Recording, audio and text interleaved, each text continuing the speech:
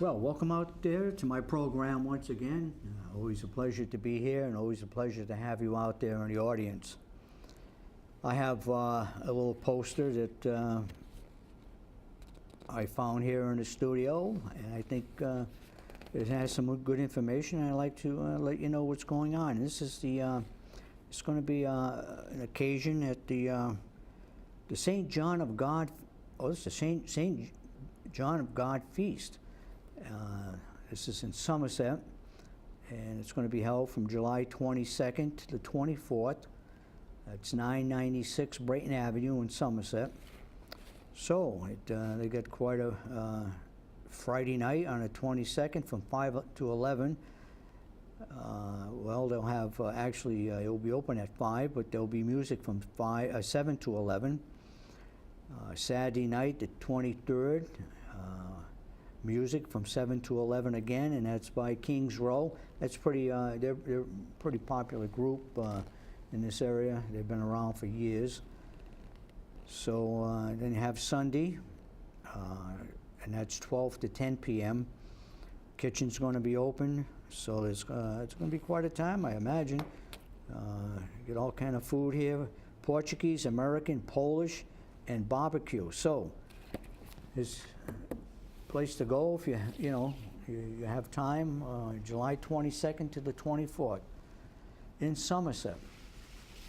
Seems to be a nice place. Have you ever been down here? Not in many years, but when I was younger, I'd been down there a few times. It was usually pretty well done. Brayton Avenue. It's right on one of the main roads. It's close to one of the. I can't remember whether it's a middle school now or whether that was a school they converted into an elementary. At one time they had 2 middle schools. So, but it's right next to the school, and the library is like right up the street on Reed Street. Okay, so if you go over the Veterans Bridge, yes, you're going to take a right. Let me think. If or do you go straight down? Route yes, 6? you would take a right, but. I think you would want to go up Route 6. You'd want to take a left at the lights. I think that's Reed Street, the first set of lights. All right. I believe it's there, and then another right, and the church is right there. Okay, so it's up there. Yeah. Yes. All right. So sounds like a good time. July 22nd to the 24th. Well. Gabe Andrade, school committee man. Welcome once again to the program. Thank you for having me. Always good to have you here. Thank you. I appreciate it. You got your summer attire on? Yeah, that's right. I can do what some of the news anchors do. You know, below the waist, they can wear what they want, yeah. because nobody's going to see it anyway. I was told by Adam, who's the studio technician, that in Somerset or Swansea it was 98 degrees today. I can believe it. It is very hot. The good thing is that the humidity isn't very high, but it is hot. Yeah. No question. Yeah, we've had some warm days, not too much humidity. No. And cool nights. Nights have been cool, good for sleeping. Well, you have a new superintendent in Fall River School Department. Yes, we do, and I was very happy to see that we got it done right on the deadline. I thought for sure we wouldn't make get it done quite on time, but we did. The negotiations went by very quickly. He was ready to work on July 1st, and as sure as I'm talking to you right now, July 1st he was there at his desk. July 1st, and that was he was Friday, there on a Friday. Last Friday. We approved his contract on a Thursday. We had a quick meeting on the Thursday to approve the contract. On Friday morning, he was at his desk. Right at his desk. Yes. Well, that's good, because if he wasn't. Good. Well, as a matter of fact, it was a good thing that he started that early, because we have something like 7 principals positions that have to be filled. There's a special needs director that we have to fill that position, and there was something else. ELL director, we have to fill that position. I think there was something else. They call it the director of operations or whatever. Used to be the old buildings and grounds job, but there are a few other tasks thrown in. That's Tom Coogan. He's is leaving the system, so that's another position that has to be filled. And what's important about the principals' positions in particular is, technically, it's the principals who appoint the teachers. So you have to appoint them first, and then before we hire any teachers' positions that have to be filled. Now, you say 7 principals. Does that mean that encompasses 7 schools? That's correct. All right, so there's 7 schools in the city as we speak that do not have principals. That's correct. How many schools in the city? I believe it's 17. So, wow, that's almost That's quite a an good amount there percentage. without principals.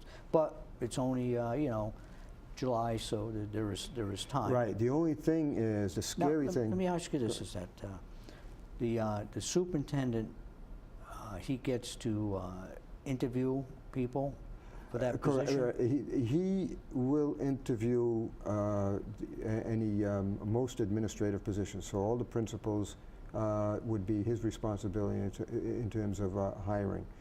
We don't even have to approve based on the Massachusetts reform laws dating back to 1993. So when you say you don't have to approve, we don't. We receive the information. He doesn't need your approval. That's correct. So he will make the appointment. He sends it to us for our information. Well, let's say he appoints a principal, and the school committee says, "God, what is he doing? This guy has a criminal record. He's a fugitive from law." Well, that bad. I'm sure that. No, I'm only. Of course, right, you know I'm that's exaggerating. But I know what you're saying. If you have a good idea, this person simply isn't the person for the job. There's really not much you can do except take it out on the superintendent At a meeting. At a meeting, or you know what I'm saying. You can make life a little bit more difficult for him at times because of this appointment. But you cannot rescind the appointment. Well, then the announcement of these appointments, these hirings, will take place at the school committee meeting. Usually, it's given to us in some pages attached to the agenda. Will show not only any appointments that have been made, but also any resignations, any. All right. So actually, at that time, you'll have school committee members would have an opportunity to bring that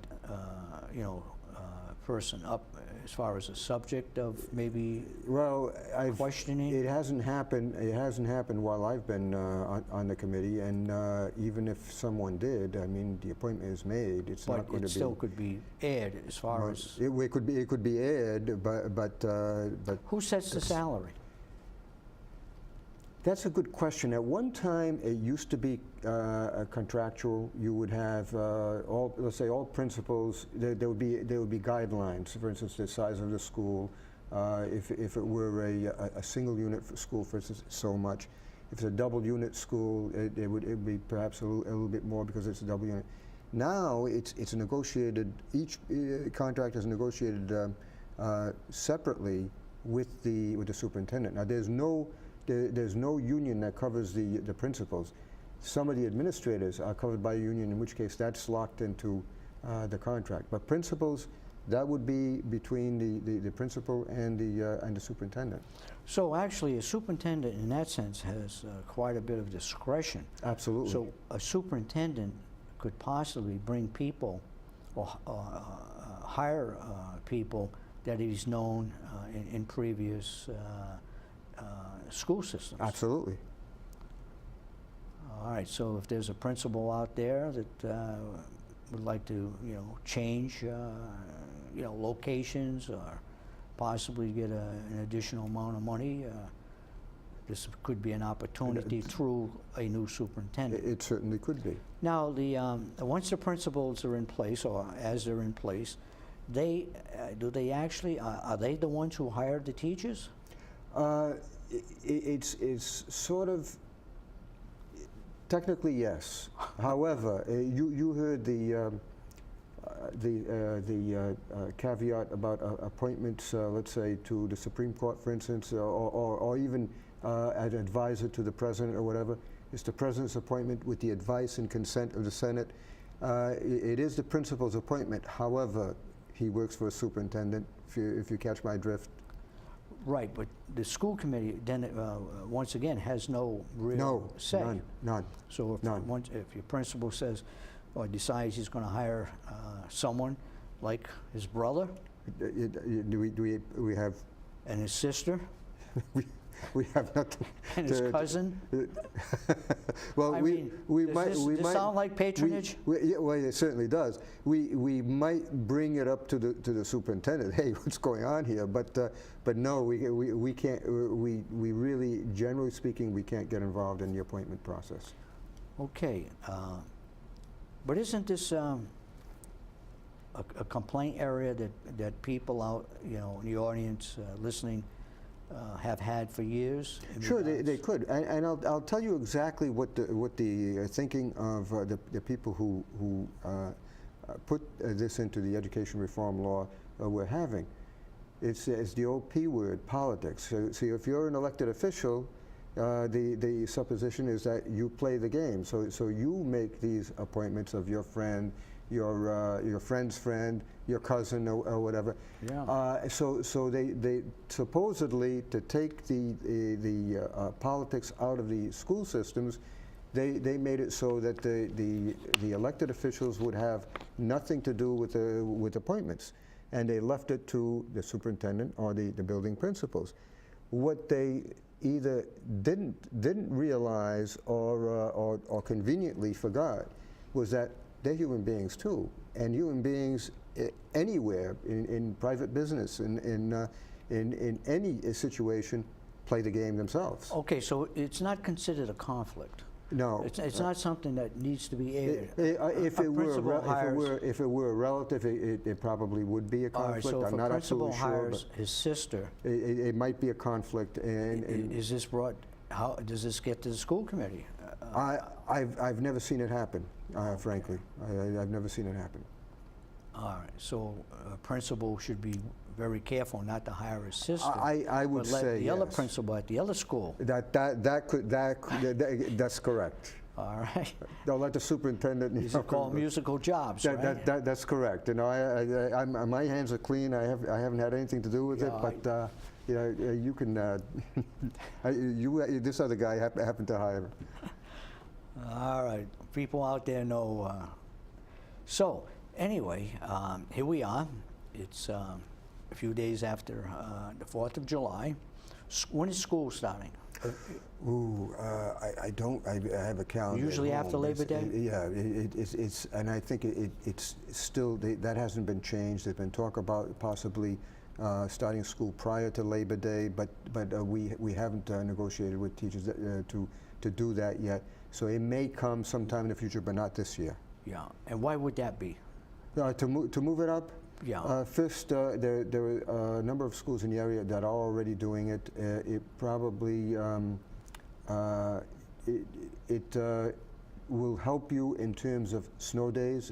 2 years ago, we had a situation where we were really flirting with having a problem with snow days, because we had already done.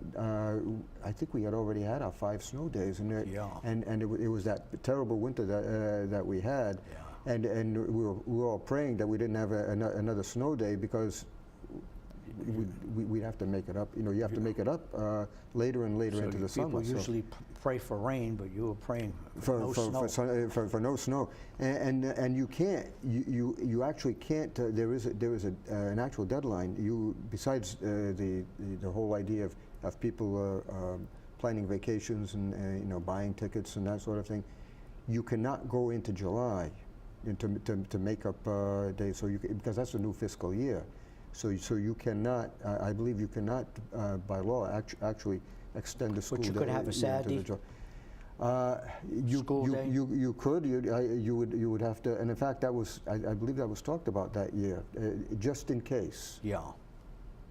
So, a new superintendent, and I'm sure that he's probably been already busy trying to select the principals that are needed at the schools. and then the principals will have to make sure that they have an adequate number of teachers.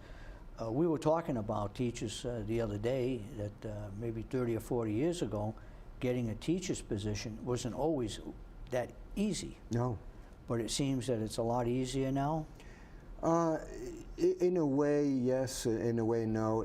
There is probably a little bit less competition because there are not jobs open up more frequently now than they used to at one time. Teachers don't stay as long? They don't, for different reasons. And a number of people actually retire earlier than you would expect them to. Again, for different reasons. The job has become more difficult than it ever has been before.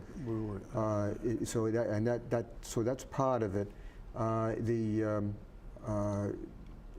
So people do leave if they don't like the working conditions at let's say it's Fall River. They certainly, and particularly if they're relatively young, they can always find a job elsewhere. But so people are leaving earlier, and there is not as many younger students who go into college for education. Now, Bridgewater is Bridgewater still the teachers' college? Well, they claim it's not just a teachers' college at one time, that they've branched out in a lot of other areas. However, it still is noted for having educator training. Now, when we say Bridgewater Teachers College, is that a 4-year course of training? Yeah, at yes. Bridgewater? Yes. And specifically to become a teacher? Anything, but you could go there specifically to become a teacher. Yes, you could, and it is 4 years. That will include the internship that they have to do at some school system. So it will include that. They get credit for that. Yeah. Still a problem trying to attract teachers in science and mathematics? Always. Special needs is another area that that is tough. And you had mentioned, we were talking about hiring, the importance of hiring principals very soon, earlier in the program. But people don't realize also you can't wait until August, let's say, to hire teachers, because you're not going to find many people who are good at that point, because they've gone elsewhere. So that's one of the reasons why it's so urgent to hire principals as soon as possible, so they can get going on hiring teachers. I see. Special needs teachers, difficult to get? Yes, them? it has been for years. Well, what is the qualification of a special needs teacher? I don't think that it's the qualification is so much more difficult or so much greater than for a regular teacher. It's just that not enough people are going into the field. Well, when you say going into the field, if you're teaching a regular class in mathematics or history or economics, I would imagine that the teacher would have to be of a higher quality. Whereas special needs. No, I mean, you really, when you think about what they're dealing with, they not only have to be pretty good in the content area, but they also have to have an idea of how to deal with a number of different special problems. delivery of the material. That's correct. You know, so it's really. Maybe years ago, that used to be the common perception. Oh, special needs. You're dealing with kids who are maybe not as advanced academically, so you don't really have to be too good. That's not true. Maybe it was a perception years ago, but that's not true today. Now, Fall River has what is it? 1 or 2 what they call resiliency. We have a high school and a middle school. They're alternative programs. In what sense? Kids who have a difficult time in the regular school for whatever. It could be behavioral. It could be that they just don't fit in. It could be any number of academically. Reasons. Certainly academically. They may. But they want to stay in school. Or they're assigned there to try to help them stay in school. One or the other. But they can get out when they're 16. Oh, yeah, Is that it? they can still, Now- they can still leave at age 16. Does the yes. parent have to sign them out when they're 16, or they can just say, They're still minors, so I would think that the parent has to sign them out at 16. all right.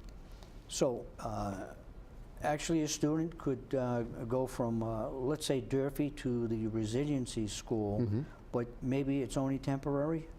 That could happen. Could they go back to Durfee? They could. Let's say that all of a sudden, for whatever reason, the student really excelled, and it was in the estimation of the people at the Resiliency, the student could succeed at Durfee. They could send the student back, or at the middle school for the middle school program. Let me give an example, if this is appropriate, where a student enters Durfee as a freshman, and by the time they're a sophomore, they're having extreme difficulty because of home life. Mm-hmm. Maybe parents that are just terrible.